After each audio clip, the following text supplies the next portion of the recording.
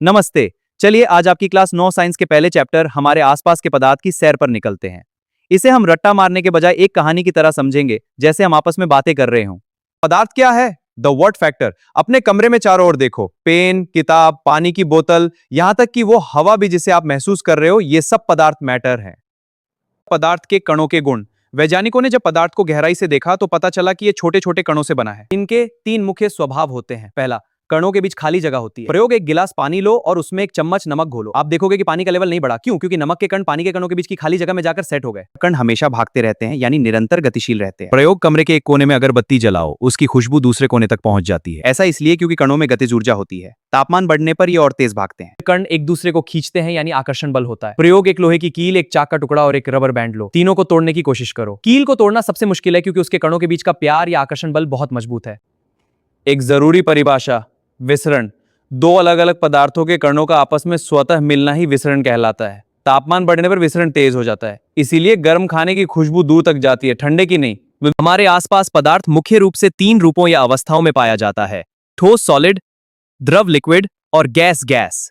चलिए इनका एक क्विक कंपटीशन तुलना करवाते हैं। ठोस, द्रव और गैस के गुण। पहला है आकार।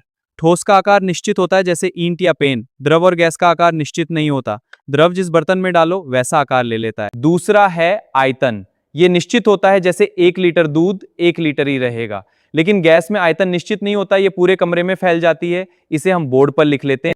तीसरा है बहाव, फ्लूइडिटी। ये बहते नहीं हैं, ये बहते हैं, तरल होते हैं। ये बहुत तेजी से बहते फैलते हैं।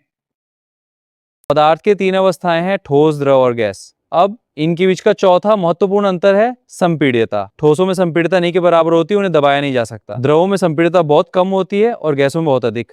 जैसे हमारे घर। क्या पदार्थ अपनी अवस्था बदल सकता है? बिल्कुल बदल सकता है। इसका सबसे अच्छा उदाहरण है पानी। पानी, बर्फ, ठोस, पानी, द्रव और भाप गैस तीनों में रह सकता है। अवस्था बदलने के 2 तरीके हैं।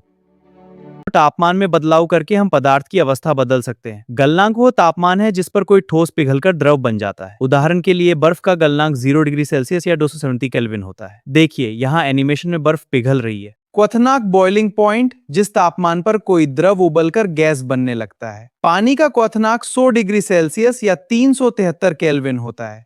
यहाँ भाप उठ रही है, यही क्वथन है।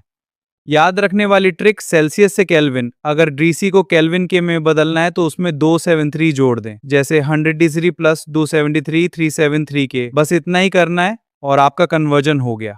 जब बर्फ पिघल रही होती है तो हम नीचे से गर्मी देते रहते हैं, लेकिन तापमान तब तक नहीं बढ़ता जब तक पूरी बर्फ पिघल न जाए। वो गर्मी कहाँ जाती है? उसे कहते हैं गुप्त ऊष्मा। ये गर्मी कणों के बीच के आकर्षण बल को तोड़ने में खर्च हो जाती है। संगलन की गुप्त ऊष्मा। एक केजी ठोस को उसके गलनांक पर द्रव में बदलने के लिए जितनी ऊष्मा चाहिए उसे गलन की गुप्त ऊष्मा कहते हैं। देखिए ये बर्फ पिघल रही है, ये प्रक्रिया गुप्त ऊष्मा को दर्शाती है। यहाँ Q बराबर mLF है। वाष्पीकरण की गुप्त ऊष्मा। 1 केजी द्रव को उसके क्वथनांक पर गैस में बदलने के लिए जितनी ऊष्मा चाहिए उसे वाष्पीकरण की गुप्त ऊष्मा कहते हैं। देखिए यहाँ भाप बन रही है। सबसे पहले हम ऊर्ध्वपातन सब्लिमेशन देखेंगे। कपूर को गर्म करने पर यह सीधे गैस बन जाता है बिना पिघले। अब निक्षेपण, डेपोजिशन। अमोनियम क्लोराइड गर्म होकर गैस बनता है और फिर सीधे सफेद धुआं बनकर जम जाता है। देखिए गैस सीधे ठोस में बदल रही है।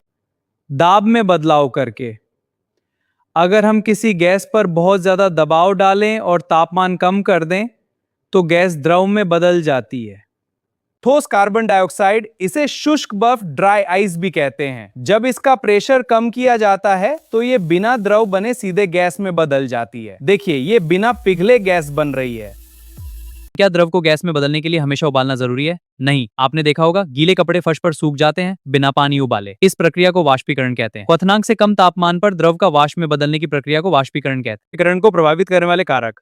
पहला है सतह का क्षेत्र। कपड़े फैलाकर सुखाने से जल्दी सूखते हैं। दूसरा है तापमान। धूप में कपड़े जल्दी सूखते हैं। तीसरा है आर्द्रता। बारिश के दिनों में कपड़े देर से सूखते हैं। चौथा है हवा की गति। तेज हवा में कपड़े जल्दी सूखते हैं। वाष्पीकरण के कारण शीतलता क्यों होती है? जब वाष्पीकरण होता है तो द्रव के कण अपने आसपास से ऊर्जा सोख लेते हैं। उदाहरण के लिए हाथ पर एसीटोन गिराने पर ठंडक महसूस होती है। इसी तरह मटके का पानी और सूती कपड़े ठंडक देते हैं। तो दोस्तों ये था कक्षा 9 का पहला अध्याय। हमने सीखा पदार्थ क्या है, इसकी अवस्थाएं क्या हैं और ये कैसे बदलती हैं। अगर आपको यह वीडियो सरल और मददगार लगा हो तो वीडियो को लाइक करें, अपने दोस्तों के साथ शेयर करें और चैनल को सब्सक्राइब करना बिल्कुल न भूलें। मिलते हैं अगले चैप्टर में, तब तक के लिए पढ़ते रहिए और सीखते रहिए। Bye bye.